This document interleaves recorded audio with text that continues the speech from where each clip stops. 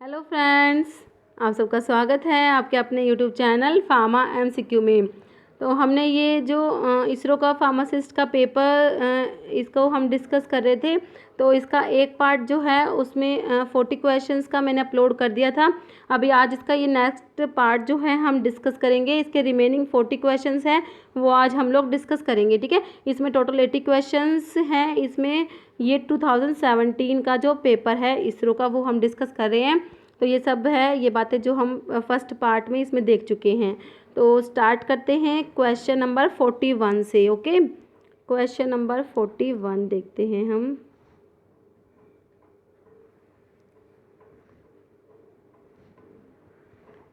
Question है the anti-tubercular drug inhibiting protein synthesis with potential for ototoxic effect is options हैं इथेम्ब्यूटोल, dapsone, streptomycin या INH। INH मतलब क्या है? आइसोनियाजिड को बोलते हैं INH, ठीक है। आइसोनिकोटिनिक एसिड हाइड्राजाइड इसका मतलब फुल नेम होता है, और वैसे इसको आइसोनियाजिड बोलते हैं। तो इसमें क्या पूछा है?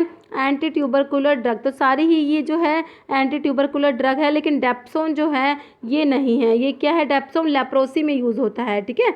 एंटी लेप्रोटिक आता है, तो ये ऑप्शन तो हमारा कट जाएगा डेप्सोन। तो हमें पूछा है anti tubercular drug inhibiting protein synthesis, ठीक है, जो क्या करती है? प्रोटीन सिंथेसिस को इनहिबिट करती है with potential for ototoxic effect, और ऑटोटॉक्सिटी कोज करती है।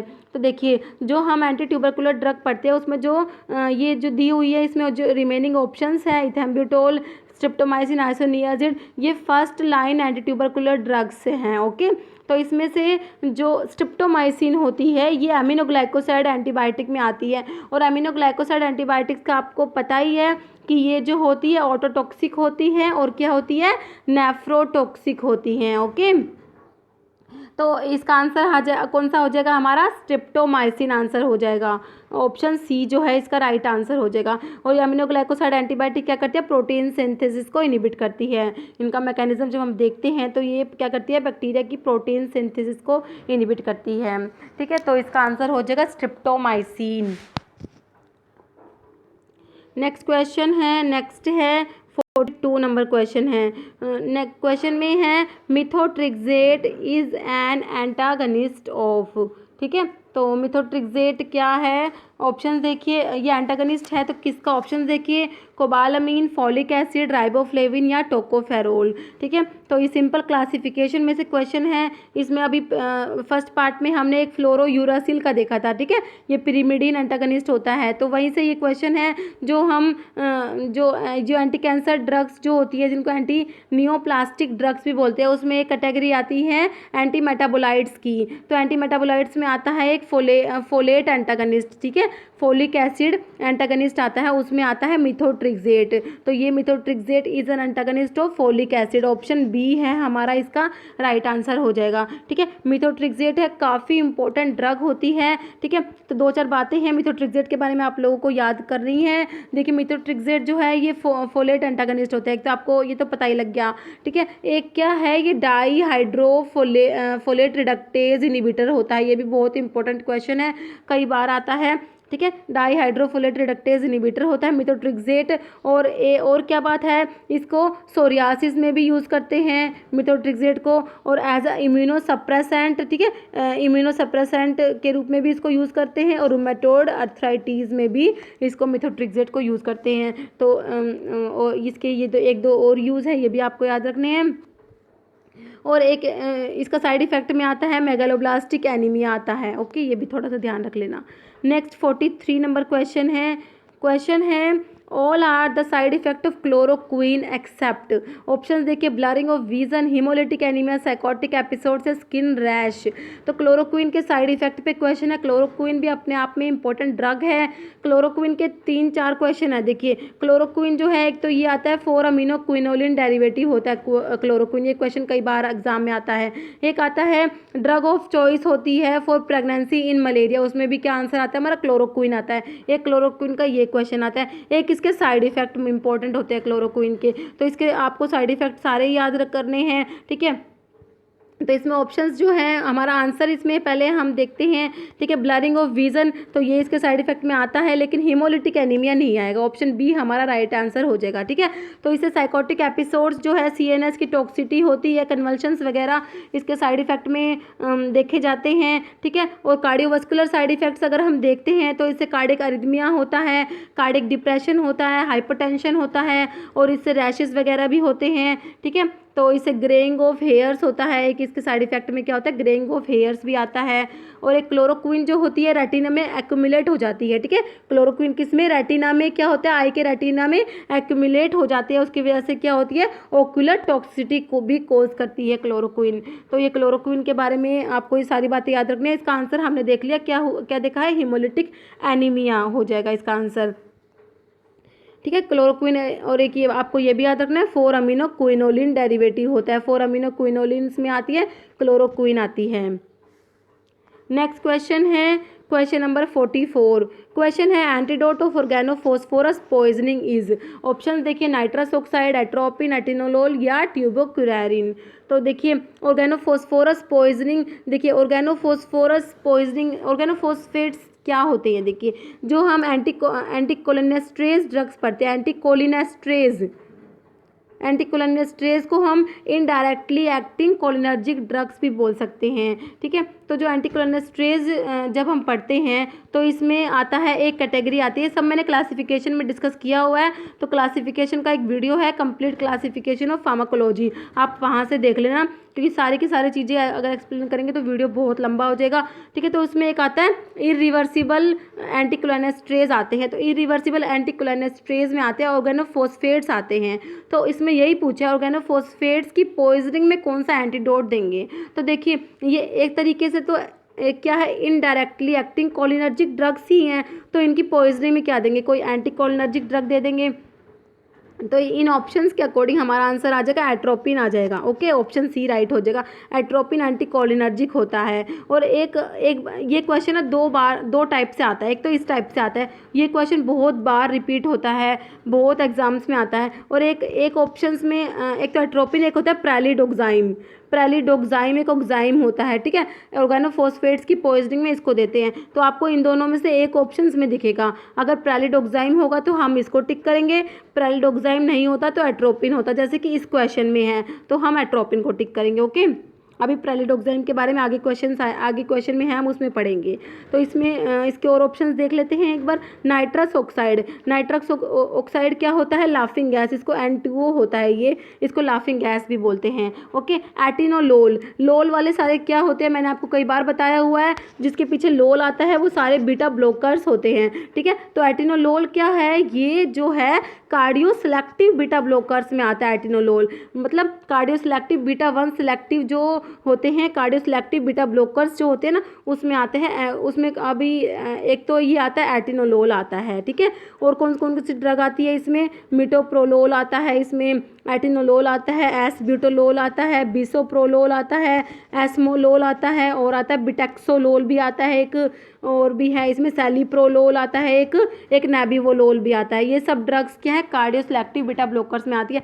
कई बार क्वेश्चन आता है, जो ऑप्शंस दे देंगे, तो which one is cardio selective beta blocker, तो आपको कार्डियो सिलेक्टिव बीटा ब्लॉकर्स के सबके नाम याद भी करने हैं, और इसका वीडियो अपलोड भी किया हुआ है मैंने, सारी cholinergic drug, anti cholinergic, adrenergic और एंटी एड्रिनर्जिक ड्रग, तो उसमें जो कार्डियो सिलेक्टिव बीटा ब्लॉकर्स है उसको ट्रिक से आपको याद भी कराया हुआ है, आप लोग वो वीडियो भी देख सकते हैं, फार्माकोलॉजी की प्लेलिस्ट में आपको मिल जाएगा, ओके।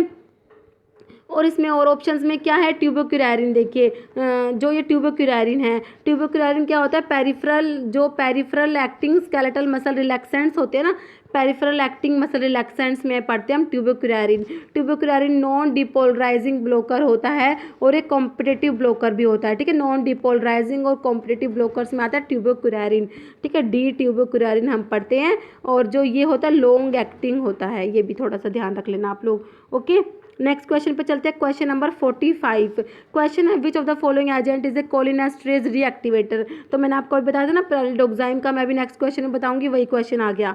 ऑप्शन देखिए एस्प्रिन, स्कोपोलामिन, प्रेलिडोक्साइम या पिलोकार्पिन। तो कोलिनेस्टरेज रीएक्टिवेटर होता है प्रेलिडोक्साइम होता है, ऑप्शन डी इसका राइट आंसर हो जाएगा। ठीक है, और प्रेलिडोक्साइम को जो ऑर्गेनोफॉस्फेट्स होते हैं उनकी पॉइजनिंग में देते हैं इसको, प्रेलिडोक्साइम को।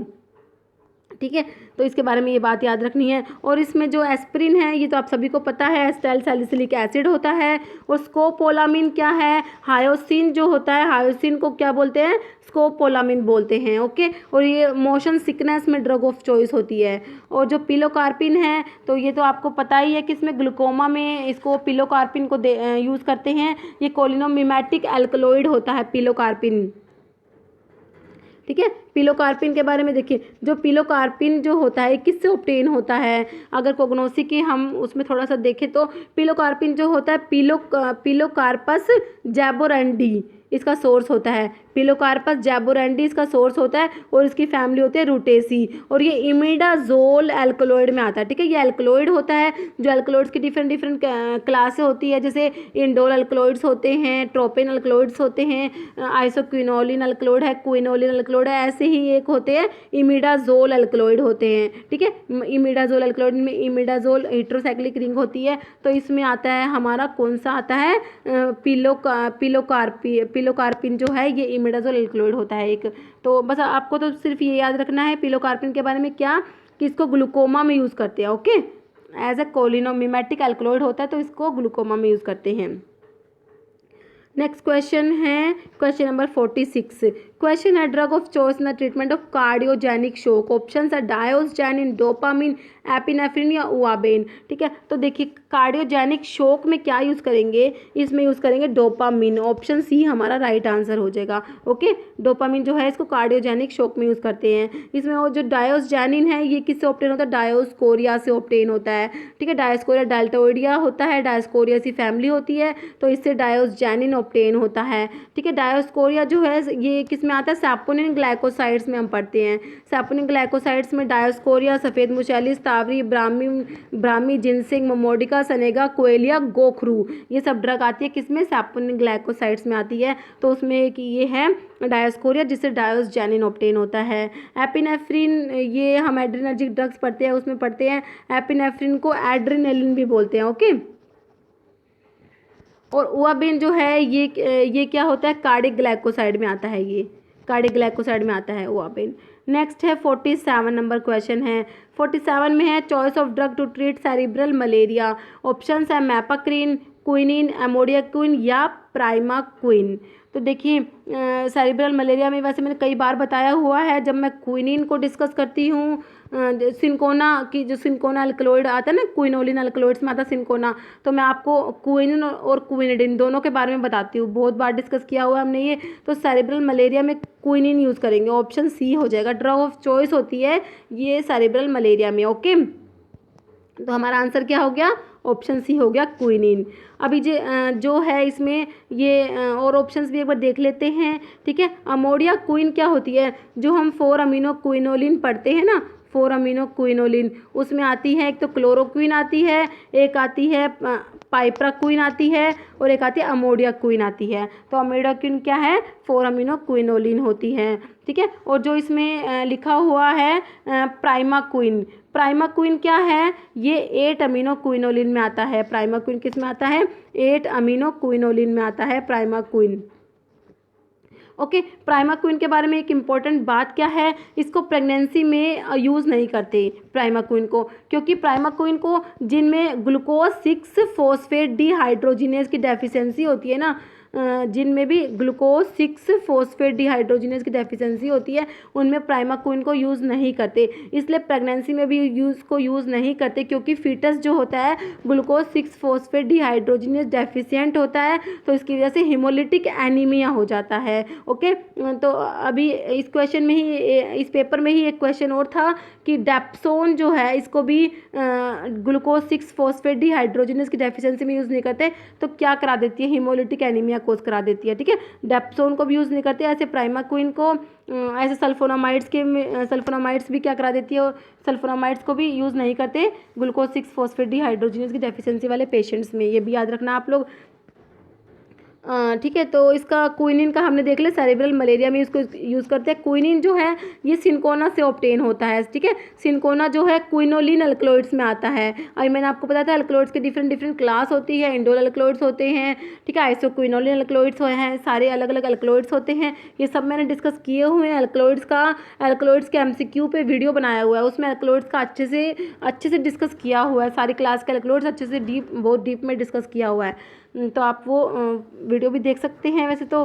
और जो इसमें क्विनोलिन अल्कलॉइड्स में आता है सिनकोना, ठीक है। सिनकोना के अंदर क्विनिन और क्विनिडीन प्रेजेंट होता है, तो क्विनिन तो किस में, सेरेब्रल मलेरिया में यूज़ करते हैं, और जो क्विनिडीन होता है, क्विनिडीन किस में यूज़ करते हैं, एरिथमिया में यूज़ करते हैं, एंटी एरिथमिक होती है, क्लास 1 जो एंटी एरिथमिक्स होती हैं तो उसमें क्विनिडीन यूज़ करते हैं, तो क्विनिडीन किस में, anti arrhythmic, as a anti arrhythmic use करते हैं क्विनिडीन को, तो ये भी याद रखना, क्या पता ये भी पूछ लें, ठीक है। तो नेक्स्ट क्वेश्चन पे चलते हैं।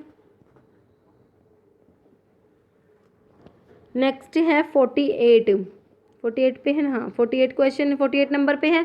All of the following statement concerning sulfonamides are correct except, ठीक है। क्वेश्चन को हमेशा अच्छे से पढ़ना है, क्या पूछा है, इसमें पूछा है सारे की सारी करेक्ट है एक को छोड़ के, मतलब हमें इसमें से इनकरेक्ट गलत जो है वो फाइंड आउट करना है।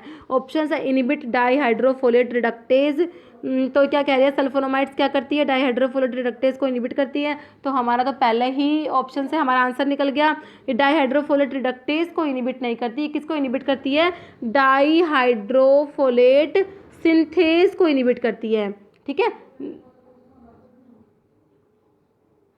तो ये किसको इनिबिट करती है, डाईहाइड्रोफोलेट सिंथेज को इनिबिट करती है, फोलेट सिंथेज जो होता है उसको इनिबिट करती है, रिडक्टेज को इनिबिट नहीं करती। डाईहाइड्रोफोलेट रिडक्टेज में तो हम पढ़ते हैं ना, जैसे मिथोट्रिक्सेट मैंने आप लोगों को बताया ये आता है, तो इसका हमारा तो वैसे ऑप्शन ए राइट हो गया। बाकी ऑप्शंस देख लेते हैं हम एक बार। क्रिस्टल यूरिया में अकर, तो सल्फोनामाइड्स के साइड इफेक्ट जब हम पढ़ते हैं तो मोस्ट कॉमन साइड इफेक्ट होता है क्रिस्टल यूरिया, मतलब कि क्रिस्टल्स इन द यूरिन में क्रिस्टल्स डिपॉजिट हो जाते हैं। देखिए जो सल्फोनामाइड्स और जो इसके जो एसिटाइलेटेड मेटाबोलाइट्स होते हैं, तो ये एसिडिक यूरिन में क्या होते हैं, सोल्यूबल नहीं होते, लेस सोल्यूबल होते हैं, इसकी वजह से क्या ये प्रेसिपिटेट हो जाते हैं, इसकी वजह से क्रिस्टल यूरिया हो जाता है, ठीक है। और नेक्स्ट तो ये क्रिस्टल यूरिया इसके साइड इफेक्ट में आता है। और भी आते हैं इसमें, स्टीवेंसन जॉनसन सिंड्रोम आता है, सल्फोनामाइड्स के मोस्ट इंपॉर्टेंट साइड इफेक्ट था स्टीवेंसन जॉनसन सिंड्रोम है, क्रिस्टल यूरिया है, ठीक है। हीमोलिटिक एनीमिया भी करा देती है, जिसमें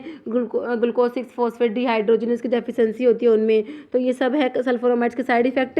अभी नेक्स्ट ऑप्शन और देखिए, they are anti metabolite of PABA, ये भी सही है। दे आर बैक्टीरियोस्टैटिक होती है, ये भी सही है, ठीक है। तो हमारा इसका हो जाएगा ऑप्शन ए ही राइट हो जाएगा। हमें क्या फाइंड आउट करना था, जो इसमें से रॉन्ग है, इनकरेक्ट है, तो हमारा ये हो जाएगा ऑप्शन ए राइट हो जाएगा।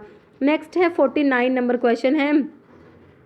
49 है optic neuritis chief adverse effect of, तो कौन सी इनमें से ड्रग्स है जिनका एडवर्स इफेक्ट है ऑप्टिक न्यूराइटिस। ऑप्शंस देखिए, सल्फर ड्रग्स, रिफाम्पिसिन, पायराजीनामाइड या इथेम्ब्यूटोल। तो ये इथेम्ब्यूटोल जो है इसका साइड इफेक्ट होता है क्या, ऑप्टिक न्यूराइटिस, तो ऑप्शन डी है हमारा इसमें राइट हो जाएगा। इथेम्ब्यूटोल है first line anti tubercular drug में हम पढ़ते हैं ना, इथेम्ब्यूटोल, और पायराजीनामाइड भी उसी में आती है, एंटी ट्यूबरकुलर ड्रग में आती है, रिफाम्पिसिन भी एंटी ट्यूबरकुलर ड्रग में आती है, और सल्फर ड्रग्स तो सल्फोनामाइड्स जैसे होती है हम पढ़ते ही हैं, तो इसका हमारा इथेम्ब्यूटोल हो जाएगा। ओके 50 नंबर क्वेश्चन है। नेक्स्ट है which of the following is not a macrolide antibiotic, तो मैक्रोलाइड एंटीबायोटिक में कौन सा नहीं आता, ये भी देखिए सिंपली क्लासिफिकेशन बेस्ड ही क्वेश्चन है, क्लासिफिकेशन में से ही है। तो ऑप्शन है इरिथ्रोमाइसिन, ओलेंडोमाइसिन, स्पायरामाइसिन या वैनकोमाइसिन, तो कौन सा मैक्रोलाइड नहीं है, तो ये इरिथ्रोमाइसिन है, स्पायरामाइसिन, तो इसमें वैनकोमाइसिन जो है वो मैक्रोलाइड नहीं है, ऑप्शन डी हमारा राइट आंसर हो जाएगा, ठीक है। मैक्रोलाइड एंटीबायोटिक्स में इरिथ्रोमाइसिन है, जैसे रोक्सीथ्रोमाइसिन भी आती है, क्लैरिथ्रोमाइसिन भी आती है, एक एजिथ्रोमाइसिन भी आती है, ठीक है।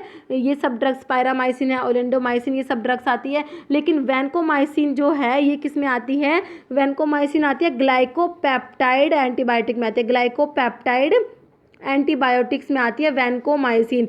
वैनकोमाइसिन भी इम्पोर्टेंट ड्रग होती है। इसका साइड इफेक्ट होता है रेड मैन सिंड्रोम होता है इसका, ठीक है। इसका एडवर्स इफेक्ट होता है एक क्या, रेड मैन सिंड्रोम होता है। और वैनकोमाइसिन के बारे में और भी इम्पोर्टेंट बात है क्या, सेल वॉल की सिंथेसिस को इनहिबिट करती है, ठीक है। जैसे पेनिसिलिन है, सिफेलोस्पोरिन्स है, बेसिट्रासिन है, वैसे ही वैनकोमाइसिन भी क्या करती है, सेल वॉल की सिंथेसिस को इनहिबिट करती है। तो इसके बारे में ये बात भी आपको याद रखनी है, इम्पोर्टेंट बात है। अभी नेक्स्ट क्वेश्चन पे चलते हैं। क्वेश्चन नंबर 51 क्वेश्चन है स्टीरॉयडल एंटीबायोटिक इज, ऑप्शन है फ्यूसिडिन, एमिनोफाइलिन, बेसिट्रासिन या क्लिंडामाइसिन। तो स्टीरॉयडल एंटीबायोटिक में आता है फ्यूसिडिन आता है, ऑप्शन ए राइट हो जाएगा, ठीक है। फ्यूसिडिन के बारे में यही एक इम्पोर्टेंट बात होती है कि ये क्या होती है, ये क्या स्टीरॉयडल एंटीबायोटिक होती है फ्यूसिडिन। और जो इसमें देखिए बेसिट्रासिन जो है ये मैंने आपको बताया सेल वॉल की सिंथेसिस को इनहिबिट करती है, ठीक है। पॉलीपेप्टाइड एंटीबायोटिक्स में हम पढ़ते हैं बेसिट्रासिन आती है, किसमें, पॉलीपेप्टाइड एंटीबायोटिक्स में आती है। क्लिंडामाइसिन किस में आती है, जो क्लिंडामाइसिन है जो हम पढ़ते हैं लिनकोसमाइड्स पढ़ते हैं ना, लिनकोसमाइड्स में आती है क्लिंडामाइसिन आती है, ठीक है। और ये किस में आती है, लिनकोसमाइड। और क्लिंडामाइसिन जो होती है ये एनारोबिक इन्फेक्शंस के लिए यूज़ करती है, एनारोब्स के लिए, ठीक है। जैसे इसमें आती है क्लिंडामाइसिन एनारोबिक इन्फेक्शंस के लिए। एमिनोफाइलिन तो जो हम ब्रोंकियल अस्थमा में पढ़ते हैं उसमें एमिनोफाइलिन आता है, ठीक है। एमिनोफाइलिन का इक्वेशन क्या आता है, aminophylline is a combination of theophylline plus ethylene diamine, इस टाइप से क्वेश्चन आता है, ठीक है। तो इसका हमारा आंसर हो गया स्टीरॉयडल एंटीबायोटिक में क्या बता दिया, फ्यूसिडिन हो गया। नेक्स्ट है क्वेश्चन नंबर 52 क्वेश्चन है preferred treatment of status epilepticus is IV administration of, intravenous administration of.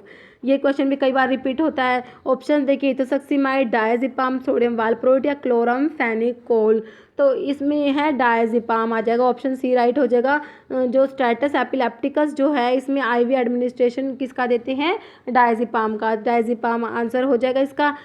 और इसमें जो इथोसक्सीमाइड है ये भी जो इसमें एंटी एपिलेप्टिक ड्रग्स में ही यूज़ करते हैं, किस क्या, इथोसक्सीमाइड। एब्सेंस सीजर में यूज़ करते हैं इसको, इथोसक्सीमाइड को, ओके। सोडियम वालप्रोइट ये भी इसमें आता है, एंटी एपिलेप्टिक ड्रग्स में ही आता है। इसका हमने एक साइड इफेक्ट देखा था, न्यूरल ट्यूब डिफेक्ट देखा था ना, इसी पेपर में था, इसके फर्स्ट पार्ट में न्यूरल ट्यूब डिफेक्ट होता है। क्लोरमफेनिकोल जो है ये हम ब्रॉड स्पेक्ट्रम एंटीबायोटिक में पढ़ते हैं, टेट्रासाइक्लिन और क्लोरमफेनिकोल ये क्या होती है, ब्रॉड स्पेक्ट्रम एंटीबायोटिक होती है, बैक्टीरियोस्टैटिक होती हैं।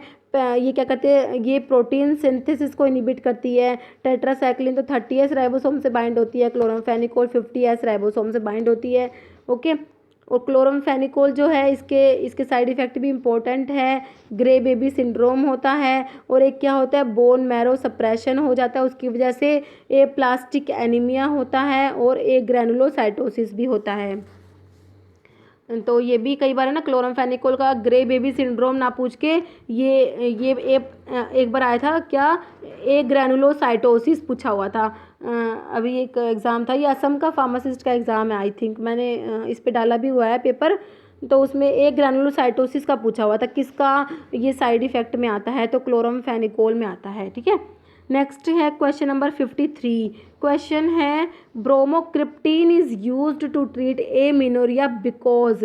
तो ब्रोमोक्रिप्टीन अगर आपको पढ़ते ही दिमाग में क्या आता है ब्रोमोक्रिप्टीन के, देखो ब्रोमोक्रिप्टीन को हम दो जगह पढ़ते हैं, एक तो जो हम पढ़ते हैं डोपामिनर्जिक एगोनिस्ट, जो हम पार्किंसंस की ड्रग पढ़ते हैं ना उसमें डोपामिनर्जिक एगोनिस्ट पढ़ते हैं, उसमें पढ़ते हैं ब्रोमोक्रिप्टीन पढ़ते हैं, ठीक है। रोपिरिनोल, प्रामिपिक्सोल ये सब पढ़ते हैं ये डोपामिनर्जिक एगोनिस्ट में, ठीक है। एक ब्रोमोक्रिप्टिन कहाँ पढ़ते हैं हम, प्रोलैक्टिन इनहिबिटर में, प्रोलैक्टिन इनहिबिटर्स में भी क्या आता है, ब्रोमोक्रिप्टिन आता है, ठीक है। डोपामिनर्जिक एगोनिस्ट होता है और क्या करता है, प्रोलैक्टिन के रिलीज को इनहिबिट करता है, ये क्या, ब्रोमोक्रिप्टिन। अभी ऑप्शंस देखिए, तो इसको एमिनोरिया में यूज़ करते हैं, क्यों यूज़ करते हैं ये पूछा है। ऑप्शंस हैं, it stimulate the ovary, it stimulate the GnRH growth hormone releasing hormone के रिलीज को स्टिमुलेट करता है, या it suppress the prolactin release, या इट स्टिमुलेट FSH रिलीज। तो देखिए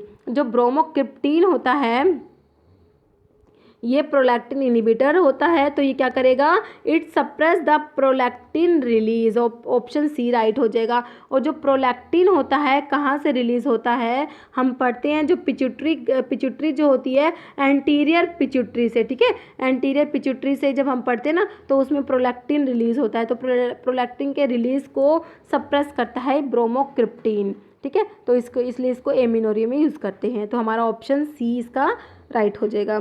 नेक्स्ट है क्वेश्चन नंबर 54। क्वेश्चन है primary mechanism of action of local anaesthetic is the blockage of, तो लोकल एनेस्थेटिक है किसको ब्लॉक करते हैं, ऑप्शंस है potassium channel, calcium channel, sodium channel या ऑल ऑफ द अबव।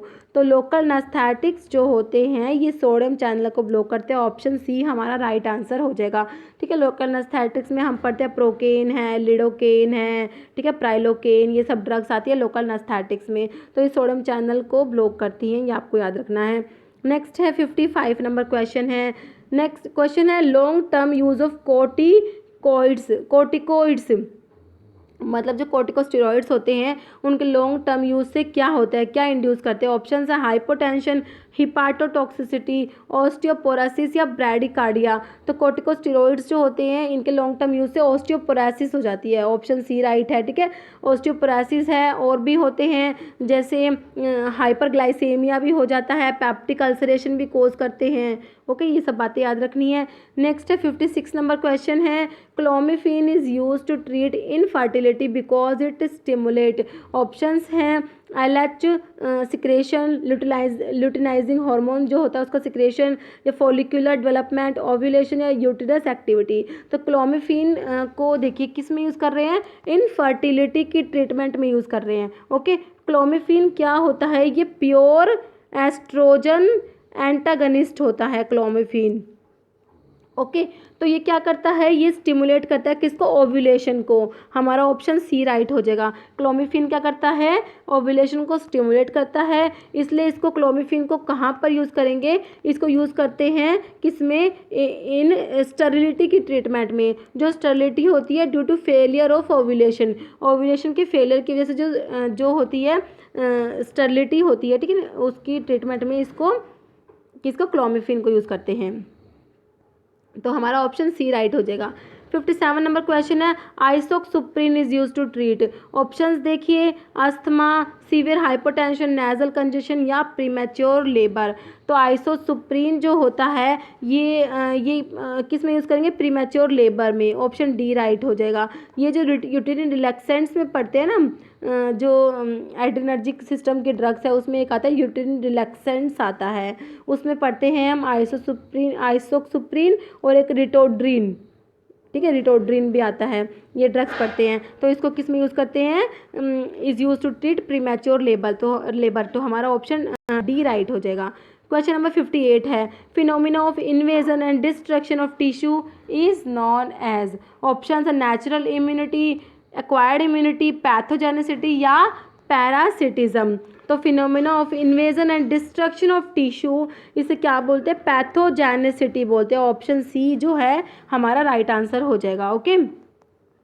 और नेचुरल इम्यूनिटी, एक्वायर्ड इम्यूनिटी, ये सब इम्यूनिटी का वीडियो मैंने अभी अपलोड किया था, ठीक है, उसमें सारा डिस्कस किया हुआ, आप लोग इम्यूनिटी का वीडियो देख लेना, ओके। नेक्स्ट है 59 नंबर क्वेश्चन है organism that can grow on organic matter from dead plants और एनिमल्स आर कॉल्ड, तो इन्हें क्या बोलते हैं ऐसे ऑर्गेनिजम्स को, तो ऑप्शंस देखिए सैप्रोफाइट्स, पैरासाइट्स, साइकोट्रोप्स या मीजोफिल्स, इनको बोलते हैं सैप्रोफाइट्स बोलते हैं, ठीक है। ऐसे ऑर्गेनिज्म जो ग्रो होते हैं organic matter from dead plants या डेड एनिमल्स जो होती है उनको ऑर्गेनिक मैटर पे जो ग्रो होते हैं उनको सैप्रोफाइट्स बोलते हैं, ऑप्शन ए हमारा राइट आंसर हो जाएगा, ठीक है। पैरासाइट्स क्या होते हैं, जो पैरासाइट्स वो ऑर्गेनिज्म होते हैं जो किसी दूसरे मतलब होस्ट की बॉडी में रहते हैं, ठीक है, दैट लिव ऑन और इन ए होस्ट, ठीक है, मतलब ये होस्ट की बॉडी के ऊपर या उसके अंदर रहते हैं, ठीक है, अपना फूड वगैरह ये जो है होस्ट की बॉडी से ही लेते हैं, उनको पैरासाइट्स बोलते हैं।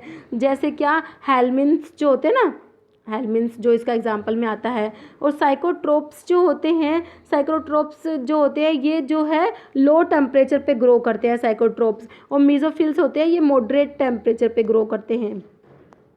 नेक्स्ट 60 नंबर क्वेश्चन है, ग्लिसरॉल में be used as a preservative in the percentage of.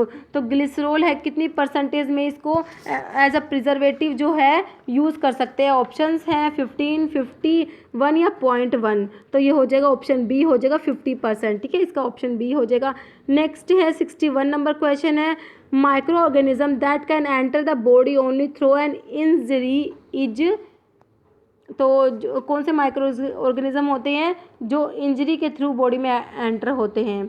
तो इसके ऑप्शन देखिए, साल्मोनेला टाइफाई है, क्लोस्ट्रिडियम टिटैनी है, क्लोस्ट्रिडियम बोट्यूलिनम या स्ट्रेप्टोकोकस पायरोजेंस। तो इसका हो जाएगा ये टिटैनी वाला हो जाएगा। क्लोस्ट्रिडियम टिटैनी जो क्या कोज करता है, टिटैनस कोज करता है ना।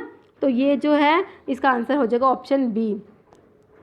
साल्मोनेला टाइफाई जो है, टाइफॉइड जो हम पढ़ते हैं ना, उसका पॉजिटिव ऑर्गेनिज्म होता है। क्लोस्ट्रिडियम बोट्यूलिनम जो होता है ये फूड पॉइजनिंग कोज करता है ना।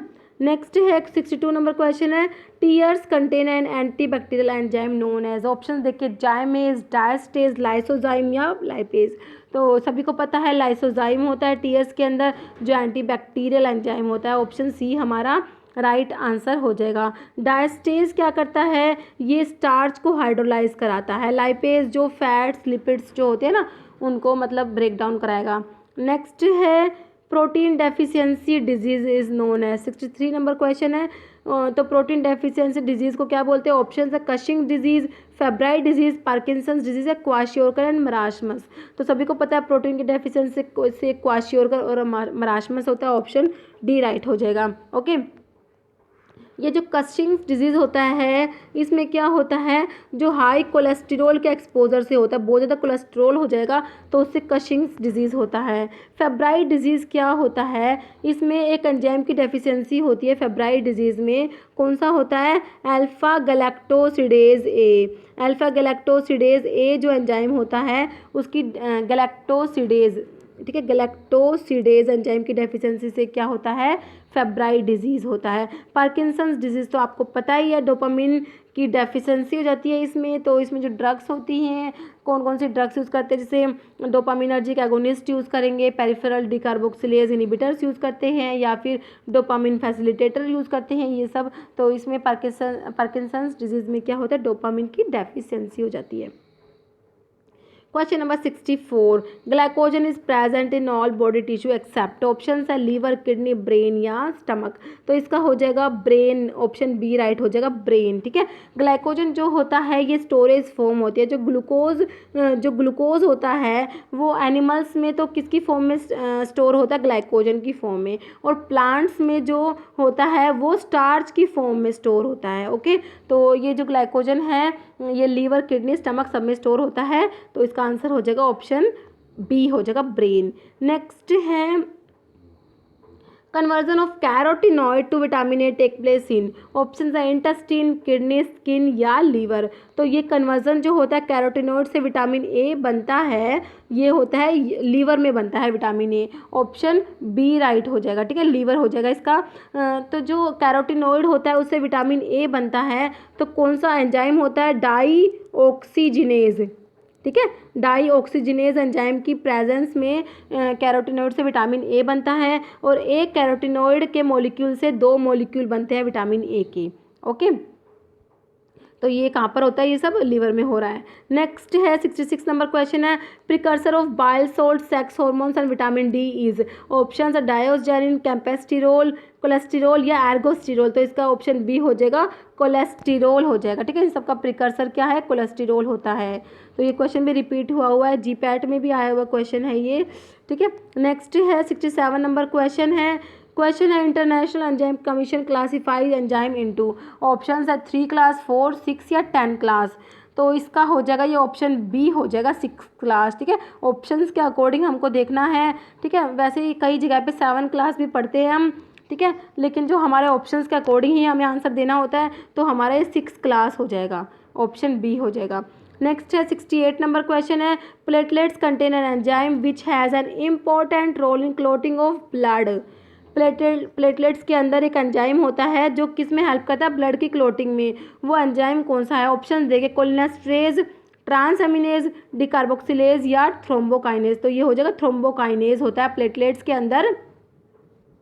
प्लेटलेट्स के अंदर क्या होता है, थ्रोम्बोकाइनेज होता है। थ्रोम्बोकाइनेज क्या करता है, प्रोथ्रोम्बिन को थ्रोम्बिन में कन्वर्ट कराता है, ठीक है।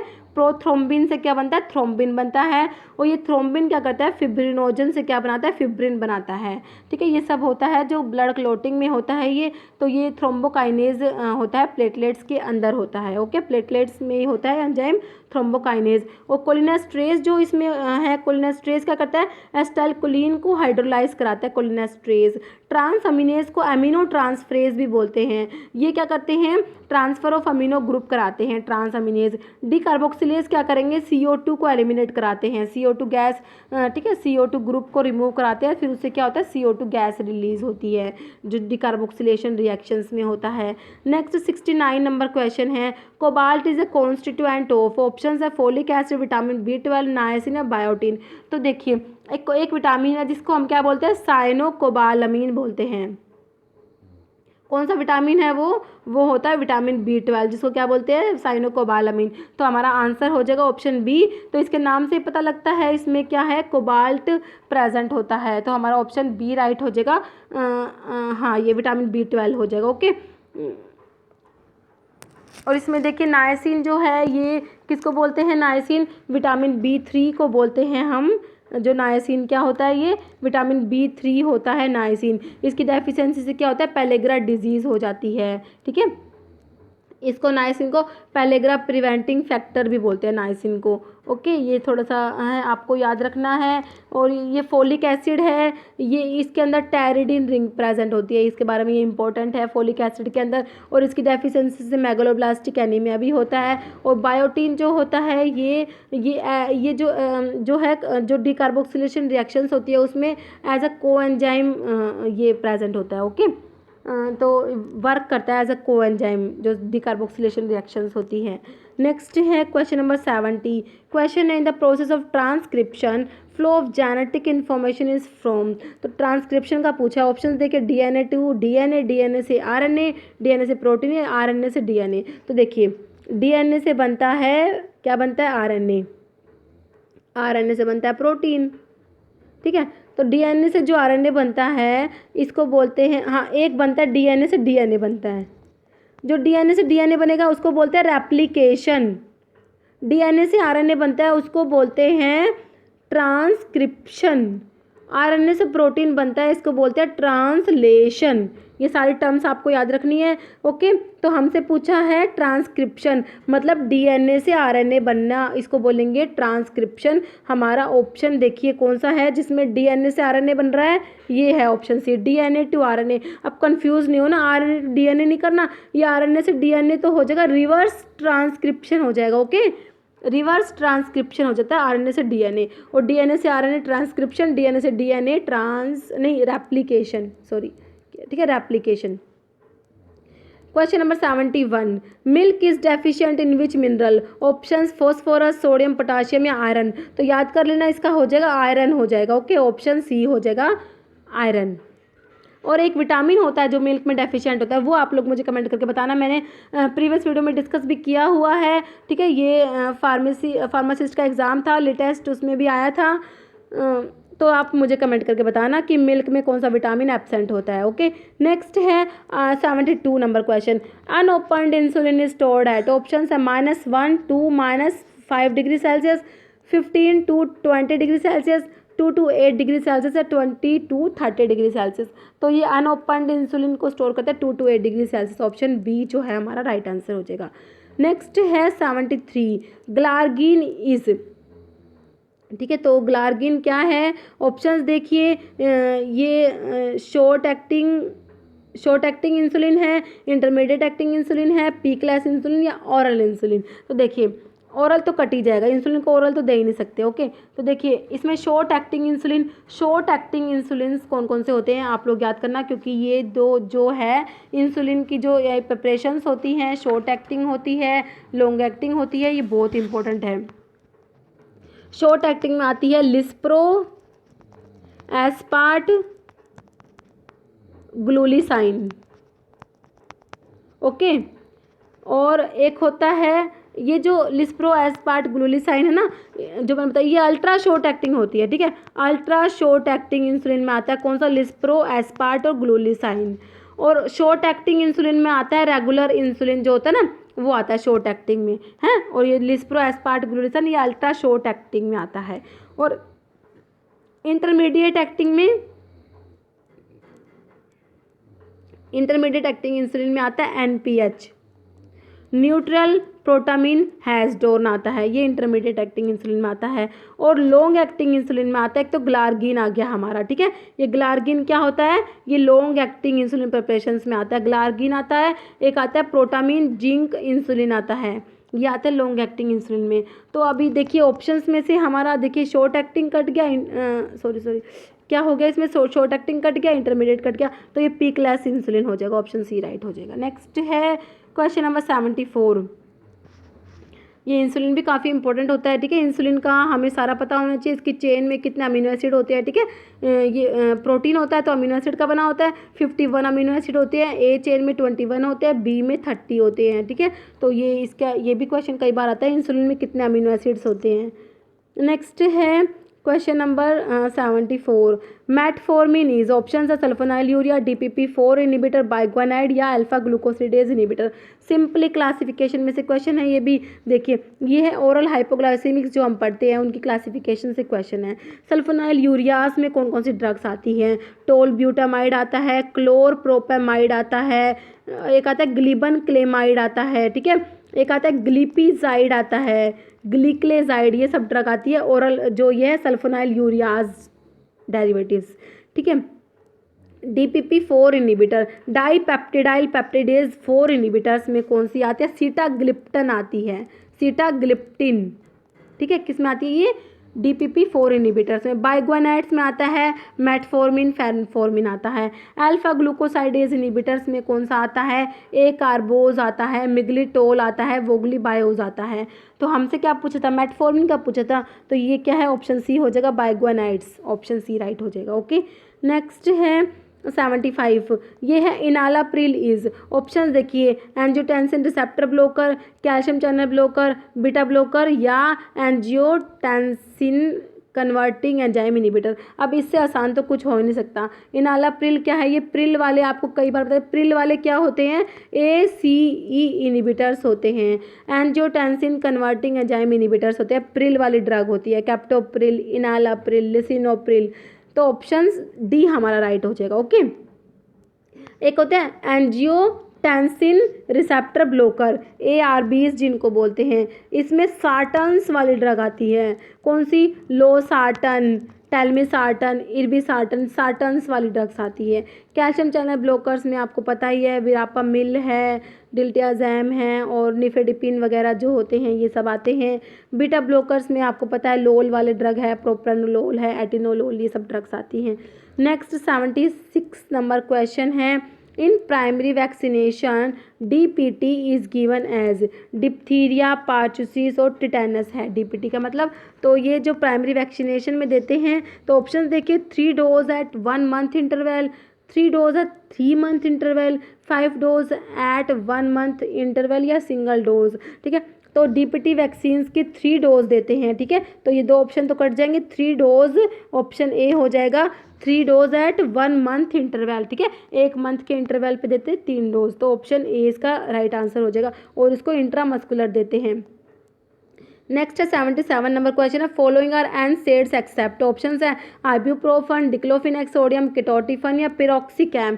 सिंपली क्लासिफिकेशन में से क्वेश्चन है, एनसेड्स का क्लासिफिकेशन है। एक बार फटाफट से हम एनसेड्स का क्लासिफिकेशन रिवाइज कर लेते हैं। इसमें देखिए एक सैलिसिलेट्स आते हैं, उसमें आता है कौन सा, एस्पिरिन आ जाएगा, एस्पिरिन होता है स्टाइल सैलिसिलिक एसिड होता है। प्रोपियोनिक एसिड डेरिवेटिव्स होते हैं, उसमें क्या आता है, आइब्यूप्रोफन आता है, नेप्रोक्सन आता है, किटोप्रोफन आता है, फ्लोरबिप्रोफन आता है। और इसमें क्या आता है, एक एंथ्रानिलिक एसिड डेरिवेटिव्स में म्यूफेनामिक एसिड आता है। और एक एराइल एसिटिक एसिड डेरिवेटिव्स में डिक्लोफिनैक आता है, एसिक्लोफिनैक आता है। इंडोल डेरिवेटिव्स में आता है, इंडोमिथासिन आता है। पायरोलो डेरिवेटिव में किटोरोलैक आता है। और क्या आते हैं इसमें, ऑक्सीकैम डेरिवेटिव है, उसमें OTP से पिरोक्सिकैम, ओटिनोक्सिकैम हम याद करते हैं। और एक होता है पायराजोलोन डेरिवेटिव में आता है, फिनाइलबिटाजोन, ऑक्सीफन बिटाजोन आता है। तो इसमें क्या पूछा है हमसे, एनसेड्स हैं सारे के सारे, किसको छोड़ के, देखिए आइब्यूप्रोफेन आपको पता है एनसेड्स में आता है, डिक्लोफिनैक आता है, पिरोक्सिकैम आता है, कीटोटिफन नहीं आता, ऑप्शन सी हो जाएगा। ठीक है, कीटोरोलैक आता है, कीटोरोलैक। तो ये ना ऑप्शंस ना कंफ्यूजिंग वाले ही देते हैं, कीटोरोलैक आता है, नोट कीटोटिफन। कीटोटिफन किस में पढ़ते हैं हम, कीटोटिफन जो मास्ट सेल स्टेबलाइजर जो हम पढ़ते हैं ना, मास्ट सेल स्टेबलाइजर, उसमें सोडियम क्रोमोग्लाइकेट पढ़ते हैं, उसमें कीटोटिफन भी आता है। ठीक है, तो उसमें आते हैं ये मास्ट सेल स्टेबलाइजर्स में। तो हमारा ऑप्शन सी राइट हो जाएगा। ये भी सिंपल क्लासिफिकेशन पे क्वेश्चन था। 78 नंबर क्वेश्चन है, dextromethorphan is used in cough syrup as, options हैं एक्सपेक्टोरेंट, म्यूकोलिटिक्स, ब्रोंकोडाइलेटर या सप्रेसेंट। सिंपल क्लासिफिकेशन में से क्वेश्चन है। डेक्स्ट्रोमिथोर्फन हम किस में पढ़ते हैं, जो हम एंटीटसिव ड्रग्स पढ़ते हैं ना, एंटीटसिव्स। देखिए एक तो हम वो पढ़ते हैं एक्सपेक्टोरेंट्स पढ़ते हैं, एंटीटसिव्स पढ़ते हैं। एंटीटसिव्स में एंटीटसिव्स को बोलते हैं कफ सेंटर सप्रेसेंट्स भी बोलते हैं इनको। ठीक है, तो ये एंटीटसिव में आता है डेक्स्ट्रोमिथोर्फन। तो ये ऑप्शन तो हमारा सप्रेसेंट हो जाएगा, ऑप्शन डी राइट हो जाएगा। ठीक है, देखिए जो हम एंटीटसिव्स पढ़ते हैं उसमें एक तो आती है ओपियोइड्स आते हैं, ओपियोइड्स में आते हैं कोडीन, फोलकोडीन आती है। एक नॉन ओपियोइड्स आते हैं, उसमें कौन सी आती है, एक तो नोस्कैपिन आती है, एक आती है डेक्स्ट्रोमिथोर्फन, एक आती है क्लोफिडियानोल आती है। ओके, एक क्लासिफिकेशन में आता है एंटी हिस्टामिनिक्स, जो हम एंटीटसिव्स के रूप में यूज़ करते हैं। एंटी हिस्टामिनिक्स में कौन कौन सी आती हैं, तो इसमें आती है क्लोरफिनाइरामिन आती है, और एक आता है डाइफिनहाइड्रामिन आती है, एक प्रोमिथाजिन आती है। ये क्या है, एंटी हिस्टामिनिक है, जिनको हम एज अ एंटीटसिव यूज़ करते हैं। ठीक है, थोड़ा सा ध्यान रखना है आपको। और म्यूकोलिटिक्स में हम पढ़ ही चुके थे, एम्ब्रोक्सोल था, इसमें ब्रोमहेक्सिन था, स्टाइलसिस्टीन, कार्बोसिस्टीन जो हमने पढ़ा था म्यूकोलिटिक्स में आती है। ठीक है, नेक्स्ट है 79 नंबर क्वेश्चन है, following are proton pump inhibitor except, option है ओमिप्राजोल, पेंटोप्राजोल, रैबिप्राजोल, एल्बेंडाजोल। तो ये प्राजोल वाले होते हैं, प्रोटोन पंप इनहिबिटर्स होते हैं, तो एल्बेंडाजोल इसमें राइट आंसर हो जाएगा। एल्बेंडाजोल में बेंडाजोल ये सब एंथेलमेंटिक ड्रग्स होती है। ओके, तो हमारा आंसर हो जाएगा ऑप्शन डी हो जाएगा। तो ये भी सिंपल क्लासिफिकेशन पे से क्वेश्चन है। तो नेक्स्ट है 80 नंबर क्वेश्चन है, following are true of national pharmaceutical pricing authority except. तो जो एनपीपीए है, नेशनल फार्मास्यूटिकल प्राइसिंग अथॉरिटी के बारे में 4 स्टेटमेंट दिए हुए हैं, तो इनमें से 3 सही है, एक गलत है, तो हमें वही फाइंड आउट करना है। ऑप्शन देखिए, it is a statutory body. Next option में it can fund studies regarding pricing of drugs, it monitors drug shortage and takes appropriate action to rectify it, it collects and maintain data regarding the import and export of drug। तो हमारा option A right हो जाएगा, it is statutory body. ठीक है, बाकी की तीनों statement जो है वो राइट है, सिर्फ यही गलत है, तो हमारा ऑप्शन ए राइट हो जाएगा। तो इसमें हमने ये 80 क्वेश्चंस देख लिए, डिस्कस कर लिया, इनको अच्छे से डिटेल एक्सप्लेन भी कर लिया। अब इसमें जो ये इसरो का फार्मासिस्ट का एग्ज़ाम है, इसमें जो फार्माकोलॉजी के क्वेश्चंस हैं वो तो मेनली क्लासिफिकेशन बेस्ड ही क्वेश्चन हैं, मोस्टली क्लासिफिकेशन में से। अगर आप लोग क्लासिफिकेशन अच्छे से पढ़ जाते हैं तो इसके क्लासिफिकेशन पे एक वीडियो अपलोड किया हुआ है, कंप्लीट क्लासिफिकेशन ऑफ फार्माकोलॉजी।